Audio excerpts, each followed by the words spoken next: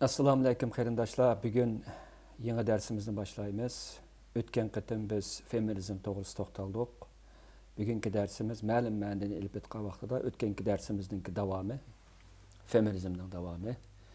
Bugun biz jins ideologiyasi haqida to'xtalamiz. Bu g'arbdagi hozir ko'plagan kishilarni qaymoqtirayotgan, bas munozaraga selayotgan, ballarning kelgusidan qattiq andishlantirayotgan Muşundaq bir zil bir tema. Bu teminingki o'ttirg'i chiqqaniga uzoq bo'lmadi, ammo buningki kishilar keltirayotgan ta'siri, psixik zilzilasi g'arbdan akademiyadan olqib, darsxonalardan olqib, oilalardagi kundalik suhbatlargacha kengaydi. Agar biz bu hodisani tushunmasak, G'arbning hozirgi bo'libmi shu jins kimligi, jins o'zgartish, jins ideologiyasi qatorliq nurg'unlagan masalalarni ba'zi bir buningga aloqador bas munozaralarni, hukumatningki buningga qarta chiqarayotgan siyosatlarni va kelgusida o'zang turayotgan davlatdagi bolalarning qanday bo'lganligi haqidagi turli suhbatlarni tushunolmaysizlar. Shuning uchun men bugun bu tema haqida qisqacha to'xtalib o'tmoqchi. Oldi bilan oddiy qilib bir narsani deb o'tib ketayki, bu yerdagi jins ideologiyasi, ya'ni jins degan gap bizdagi er bilan ayollikning farqini bildiradigan bir atalg'i. Masalan, biz kichik vaqtlarimizda vatanda ba'zi bir jadvalning to'shqan vaqtimizda jinsiy deydigan bir yer vardı. Yani ba'zi jins deb ataydi bu. Shu degan demoqchi o'g'limiz, shu jins deganimiz erlar ayollik kimligini ko'rsatadigan atalg'i. Hamda ideologiya deganimiz o'tgan qatimliq darslarimizda ko'p deb ketdik. Ideologiya deganimiz jamiyatdagi ma'lum bir ko'p sonliq va ma'lum bir hukmron o'rinda turadigan yoki sinfninki yoki qatlamninki yoki bir guruhga sarxillarninki manfaatini qo'g'daydigan bayonlarni, so'zlamlarni va til odatlarini, ijtimoiy qurilmalar qatorliqlarni ko'rsatdi. Endi bugungi o'tadigan darsimizdagi asosiy atalg'i bo'lgan bu jins kimligi odatda bir shaxsninki o'zininki jinsining nima ekanligiga bo'lgan his tuyg'usini ko'rsatadi. Endi bu his tuyg'u shu shaxsninki tug'ilgan vaqtida tonilgan yoki uningga berilgan ijtimoiy jins kimlik bilan yoki birdek bo'lishi yoki uning qarshi chiqishi mumkin. Masalan, bir odam tug'ilgan vaqtida o'g'il bola bo'lib tug'iladi. Ammo keyin cho'ng bo'lgandan keyin 20'lerde aşqandan keyin u o'zininki xato badanida qapsilib qolganligini his qilishi mumkin. Mush ideologiyaga ko'ra. Shuning bilan u o'zininki xuddi kichkidan tortib uningga deb kelinayotgandek o'g'il bola emas, balki o'zi his qilayotgandek qiz bola ekanligini o'ttirg'a qo'yish jarayonini, uni tonish, his qilish, bildirish va boshqalarga deyish qatorliq mush jarayonlarni ko'rsatadi. Bunun aldınqı şartı şu ki, jins tug'ilganda bekitildigan aşı kimlikni bildirmeydi. O'g'il bola bo'lib tug'ilganlar qiz bo'lib qilishi mumkin, keyin shuni o'zgarib ketishi mumkin, yoki qiz bo'lib tug'ilganlar o'g'il bo'lib o'zgarib ketishi mumkin. Buni transgender deydi. Almışıp ketadigan jinslik deb tarjima qilsak, ammo buni men qisqartib Uyg'urchaga almash jinslik deb alsak bo'ladi deb qarayman. Endi yana shu yerda bir gapni qisqacha bir tonishtirib o'tib ketay. Bizning shu g'arbda hozir chiqayotgan ham jinslik, shu jinsiyat, jins qatorliq shu sohadagi atalg'ularimiz bekli kamkan. Men buni his qildim. Men bu bir qatimliq leksiyada buni hal qila olmayman. Shunga nurg'un atalg'ularni amal bor Uyg'urcha ilishga tirishiman, ammo ko'pinchisi olmayman uning ustiga. Uni deb qo'yay, chunki u ilish uchun uni Uyg'urcha bir so'zlik tepishim, uningga nisbatan sizlarga tushuntirib bera olishim kerak, ammo uni hozir bu 1 soatlik söhbet qilib bo'lmaydi. Shu men asosli shu cins degan atalg'anlar markazlashmagan. Uni nima deb qo'yay? Xo'sh, men bu cins ideologiyasini tushuntirish uchun tuvandagi 3 misolni Amerikada mana mush vaqtning o'zida bo'lib atgan 3 misolni beraman. Mush misolni ko'rib chiqqandan keyin biz bu ideologiya haqida dastlabki qadamdagi tushunchaga ega bo'lamiz. Qolganni o'zinglar sizlar g'arb yashayotgandan keyin cho'qim bir g'arbning tilini bilishinglar kerak deb qarayman. Qolganni o'zinglar bu jihatdagi sanoqsiz materiallar va ko'rib taqdimni cho'nqur va ilgirlama bilimlarga erishishinglarni tavsiya qilaman. Qiziqsanglar bugungi shu darsda shu berilgan bilimlar bilan to'xtab qolsanglar bo'ladi. Xo'sh, birinchisi Leah Thomas deydigan bir adam bor. Bu 23 yoshga kirgan Amerikadagi Pensilvaniya universitetining o'quvchisi. Bu tug'ilishida o'g'il bo'lib tug'ilgan. Ya'ni cho'chqa va bir o'g'il bo'lib tug'ilgan. Ama keyin bu cho'ng bo'lgandan keyin balog'at ketib va undan keyin o'zininki xato badanga, ya'ni o'g'illik kimligi bilan tonilgan badanga kirib qolganlikqa yoki aslida qapsilib qolganligini his qilgandan keyin o'zininki aslida ayol bo'lish kerakligini o'ttirib qo'ydi. Shuning bilan keyin bu bir qitimliq Virginiyada o'tkazilgan bir qitimliq 500 metrlik erkin suv uzish musobaqasiga qatnashib birinchi bo'ldi. Bu bo'lgan vaqtda ayollarninki musobaqasiga qatnashdi bu. Tug'ilishida keyin o'zini ayol deb tanıydı va boshqalarga tanishtirdi. Andan keyin qatnashgan musobaqasi buningki ayollarning musobaqasi bo'ldi. Shuning bilan bu yerda bir g'oyat zo'r bir qaymoqo'sh, bas munozara, uni tillash va uning qarshida uni qattiq qo'llash, uning botirligiga apirin o'qish, shunday turlik imkonslar qaplab ketadi. Uni tillayotganlarning nuqtasiga qarasak, ular deydiki, Leah Thomas tug'ilishidan ya biologiyalik jihatdan Shuning uchun uning badanida erlik aloyidligi bor. Uning ustiga bu bo'lash sifati bilan ayollarnikiga qatnashyotadi. Bu to'g'ri emas. Uning badani erninki badani. Uningki badaniga qarasanglarmi, nihoyatda bir kuchdan ko'r egiz erning badaniga o'xshaydi. U o'zini men ayol deb asli bo'lmaydi. Bu adillik bo'lmaydi ayollar uchun deydi. Endi biz erli ayollarninki ayrığa vaqtimizda biologiyalik jihatdan xrosomol bilan ayrıymiz-ku. Erlerde XX xrosomi, ayollarda XY xrosomi bor deyiladi. Uni men biologiyadan to'xtalib ketmay, shu bu yerda bir erli ayolninki biologiyalik bir asosi bor. Endi bu yerda cho'digan vaqtda bu biologiyalik asos ostun üstün bo'lib ketgandek bo'ldi. Shuning bilan xalq buningga savol qo'ydi. O'zininki fikrlarini bayon qildi. Endi yaqinda tunigan davlatlik Amerika davlatlik suzish komitetidan qaror chiqarib, Leah Thomasninki ayollarninki suzish musobaqalariga qatnashishni cheklagan. Demak bu yerda shu komitetning qarori bek muhim bo'ldi, ammo bu qaror bu vaqtdagi talash tortishlarning tukkanligini bildirmaydi. Ya'ni bu yerdagi mohiyatli talash tortish nima degan vaqtda, erlar ayolni belgilagan vaqtimizda biologiyalik tuzilish, qurilma, ya'ni qaysi xrosomga ega bo'lishi muhim bo'lamdi yoki u kim o'zini men nima deb olsa bo'lamdi. Ya'ni men qo'pab bu cins jihatdan emas, biz qo'pab men chashqan, men adam emas. Men odamlarning qonuniga tushmayman deb turib bir jinoyat sodir qilsa, uni jazolash kerakmi, kerak emasmi deganda g'alati savollar kelib chiqadi bu yerda. Andan uni tutib, "Yo'q, sen odam chunki seninki DNA'singda odamlik alomatlari hammasi saqlangan, ifodalangan. Shuning uchun sen odam deb qaralishing kerak" desak, o'qtirib, "Yo'q.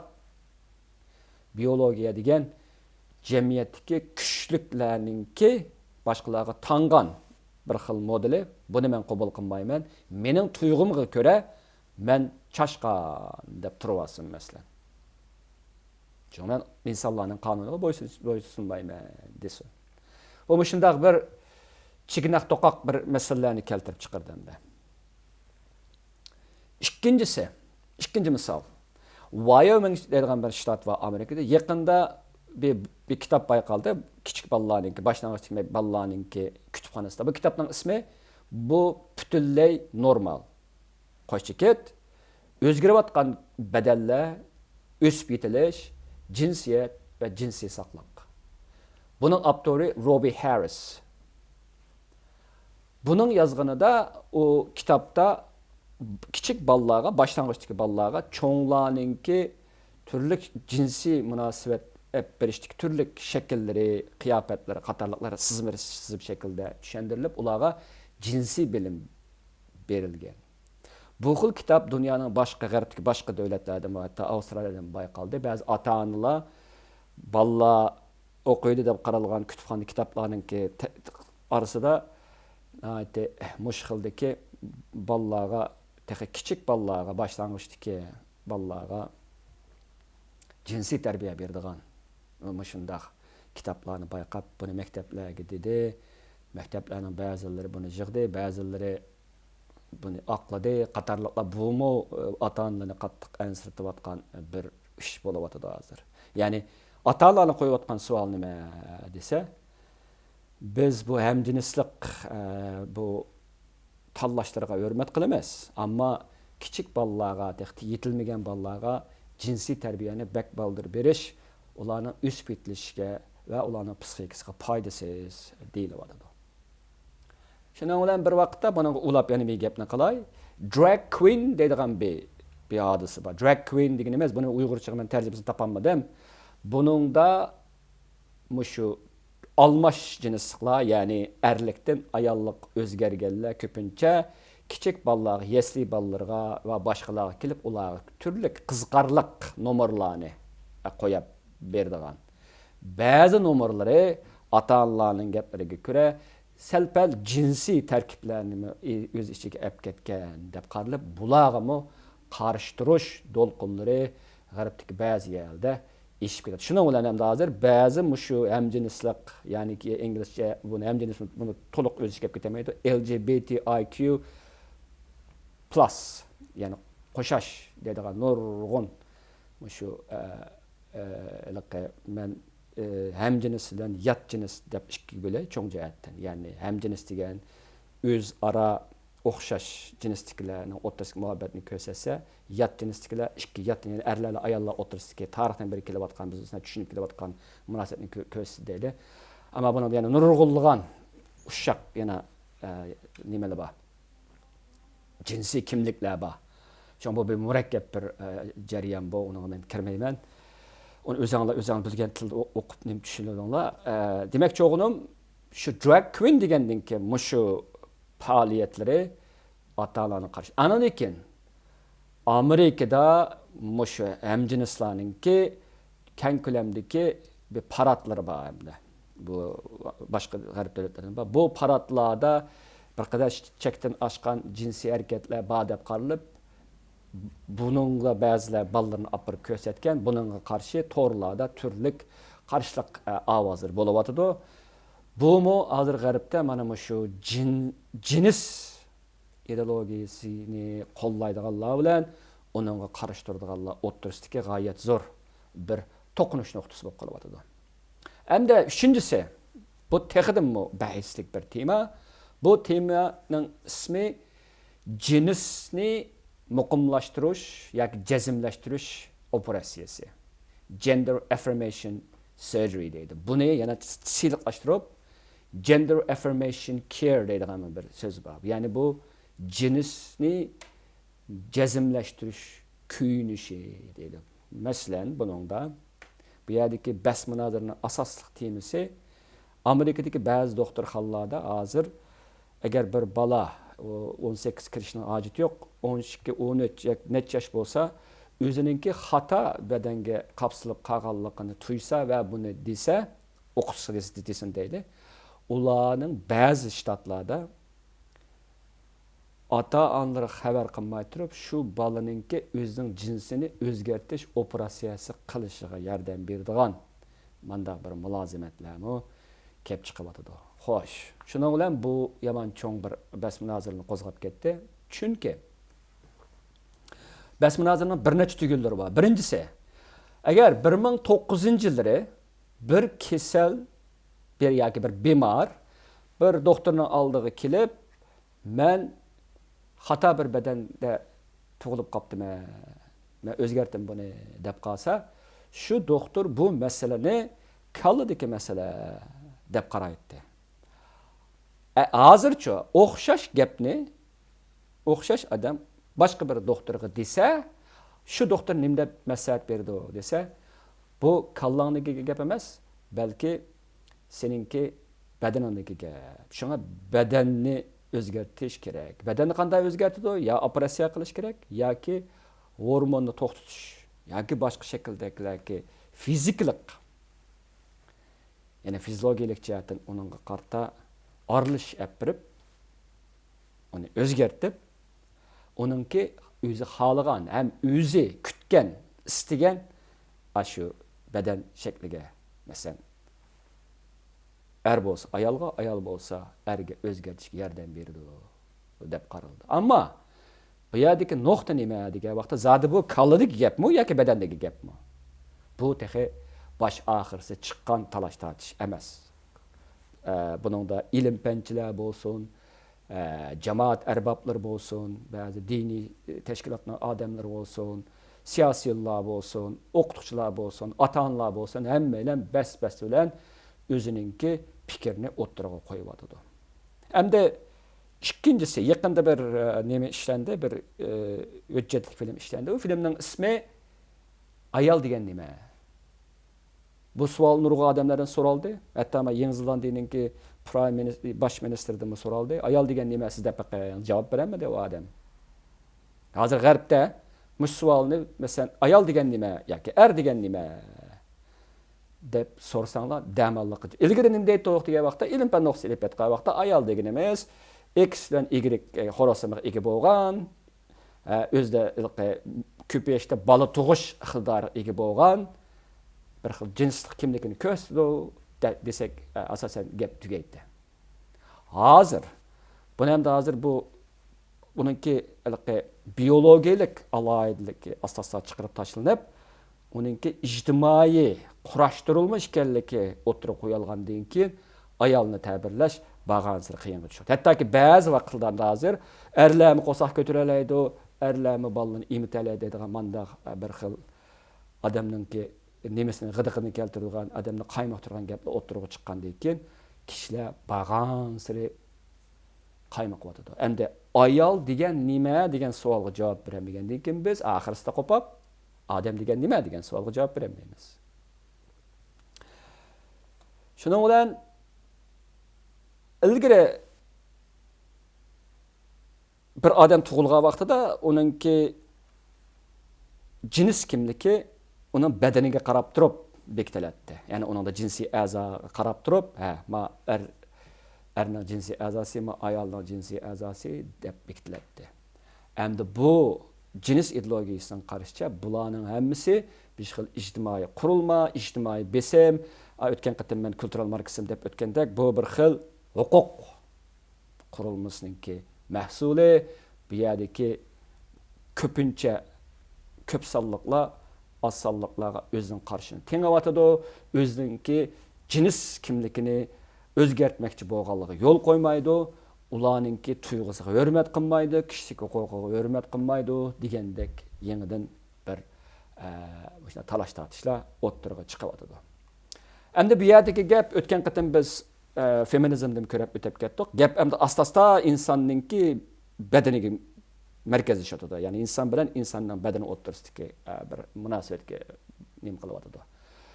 Ammo bu insonninki badaniga kelgan vaqtda hatto insonning badani agar biz xato bir badanga qapsilib qolgan bo'lsak, ham ba'zi bir tantarbiya psixologlar va boshqalar shunday deyishga boshladi, buni bazoqlashga boshladi-ki, badan degan faqat masalan buni bir misol olsam, bu nimada yenik atletchilarninki badani faqat ularninki o'zini reallaştırışki, o'zini g'oyasini amalga oshirishga bir vosita deyapti. Demak, hozir badan insonninki mohiyatlik biyologiyalik haqiqati bo'lish sifati bilan uning kimligini barpo qiladigan bir omillikdan qilib, umi qilib inson bag'ansir o'zining tuyg'usiga tarayishga boshlayotadi.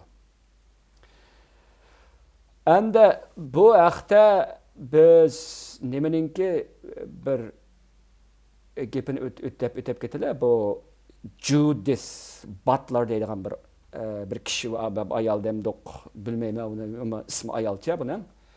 Uning qarashicha bu nima jins ijtimoiy jihatdan qurashtirilgan bir hodisa deyiladi.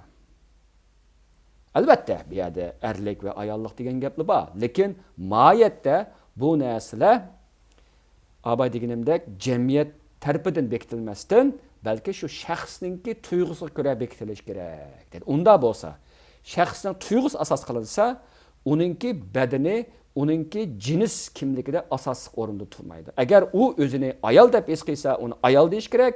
Erda his qilsa, erda deyish kerak. Agar jinsiz bo'lsa, jinsiz deyish kerak degan gap chiqadi bu odamda. Shuning bilan bu yerdagi erlar bilan ayollar o'ttirishdagi bu farq ilgari an'anaviy ma'noda olib aytgan nihoyatda butunlay bir-biridan ayrilib ketgan, qarim-qarshi o'rin turadigan ham insonlarning oila qurishga muhim bir ikki birlik ulashdan qoladi hamda. Bu shaxsningki tuyg'usi shaklida ifodalandi. Uningda badanda u jinsiy alomatlarning bo'lishi, ya'ni ijtimoiy jihatda jinsiy alomatlarni, masalan, badan orqali biz bir odamningki jinsining nima ekanligini bilamiz. Masalan, uning chiroyi qarabla uning er yoki ayolligini biladi. Hozir buningda chu degan vaqtda er va ayollikni buningga qarabla, badanga qarabla bilgilolmaydi. Uni bilgilimiz qanday qildi degan vaqtda hattoki ba'zi chaqda bir ish kuchiyadi ko'rsanglar, nimada bor bir videoning bir programmalar bor. Ba'zilarida ayollarni erdab sağandi yoki uni aksi bo'lgan vaqtda qarshi taraf meni to'g'ri atmadi deb ayblab ketayotgan gap. Andan yana bir diqqat qilsanglar, hozir shu ijtimoiy mediada, bo'lib shu ingliz tillik dunyoda, mening ko'zlaydigan dunyosimda odamlar o'zining jins kimligini yozib qo'ydigan bo'ldi. Masalan, men he and him deyman da bu degan gapi men erdiki u va uning yoki uningga degandek shaklda o'zimnikini deb qo'yman. Bu nimani bildiryapti deganda mening chiroyimga qarab turib, mening ismimga qarab turib, mening harakatimga, qilmishimga qarab turib, mening hamda kim jinsiyatimni bilgilolmaydi. Yoki bilsimi, ba'zi vaqtda xatolish qilishimiz mumkin. Shuni deb qo'yayotgan gap. Andan bu yana bir jihatdan jinsiy kimligi shunda qarab turib bilgilolmaydiganlarga qarata o'zimizning hurmatini bildirish, xatolik sodir qilib qilishning oldini olish, mandachilik qilib siyosiy jihatda to'g'riliq, boshqalarga azar bermaslik, ona kishilik huquqqa hurmat qilish degandek, mana bu xil o'ylanishlarningki yana bir xil natijasi deyishga bo'ladi. Ham yana bir misol bor bu yerda, masalan, bu ba'zi bir medialda e'lon qilinib, bu cho'ng bir g'avg'o, g'ulg'ulni qo'zg'ayapti. Masalan, Amerikada ilgari biz ommaviy so'rinlardagi o'birnilarga er va ayol deb ikki xil ismni jins kimligiga asosan yozib qo'ydikda. Endi hozir bu masala kelib chiqyapti-da. Ya'ni o'zi er tug'ilib, ama ayolga o'zgardi deb qaralgan shaxs ayolman deb qarab ayollarning o'birnisiga kirdigan gap. U o'birnida ayollar bor, ammo buningda badan nuqtasidan u yanılla er. Yoki operatsiya qilib ayollik o'zgargani yo'q bo'lsa, u vaqtda uning ichidagi ayollar qo'rqinishga yoki bir xil yerginishga yoki bir xil yoqtirmaslikqa yoki o'zining shaxsiyatini hujum qilinganlik deb qarashga boshlagan. Hatto ba'zi yerda bular yolg'ondan anda kirib olganlar bo'ldi deb qaraldi ekan. Men uni to'liq bilib ketmadim. Shu orqali ular ayollarga po'xirlik qildigan ularga jinsiy parakanchilik qilgan ahvollarni bor o'xshaydi. Demakchi o'g'lim, bu jamiyatda yana bir xil nayt cho'ng bir qalamqonchilik keltirib chiqadi deyish bo'ldi. Endi mushu nuqtada biz ham heliqi feministlarning ovozini ko'rmaymiz. Yani ular ba'zilarning deyishicha feministlar ayollarning huquqini qo'g'dimaydi. Mana hozirgi shu trans kulturda, ya'ni almash kültürde almash cins kültürde ular ayollarning huquqini qo'g'dish kerakdi deb qaraldi, ammo uni qo'llamadi deyildi. Hamda bu Judith Butler'ninki bir kitabı var, yani cinsiyetning dialektikasi deydigan bir kitabı. Onunda bu mundaq deydi. Yani qo'yiq bir marksizmlik bir qarashli var bunun qarashida. Yani deydi, sotsialistik inqilobninki eng adaqi nishoni iqtisodiy sinflarni ve ularning imtiyozlarini vayron qilish emas deydi. Belki emas, yoki u feministlarninki qarashga ko'ra erlarninki imtiyozini vayron qilish emas. Belki cinslar o'rtasidagi farqni yo'qotish. Yani cinsi a'zo jihatdagi farq inson bilan inson o'rtasidagi cins jihatdagi farqni belgilaydigan omil bo'lmasligi kerak deydi. Xo'sh, shuning bilan oxirida u deydi, ozroq o'tkazib, biyologiyalik oilaninki mustabidligi cho'qim pachaqlanish kerak deydi. Bularninki mush ayolninki, mush shaxsninki gapiga ko'ra bu cins ideologiyasiningki nishonlarining birisi cins o'rtasidagi er va ayol degan farqni amaldan qoldirish. U amaldan qolib qolsa, albatta o aile degan narsa shuning bilan qurilgan bo'lsa, garchi hozir u erli ayol qura oladigan bo'lsa-mu, ammo yanilla bir ikki odam yoki 3 odamning 3-4 kun kengaydi ba'zi chog'da, osanda bir oila qurish. Ama asosiy oila degan bir narsani buzib tashlash. Chunki bu ideologiyachilarni rag'batlantirayotgan bir narsa cyborg feminizm deydigan bir atalg'i bor. Yangi texnologiya.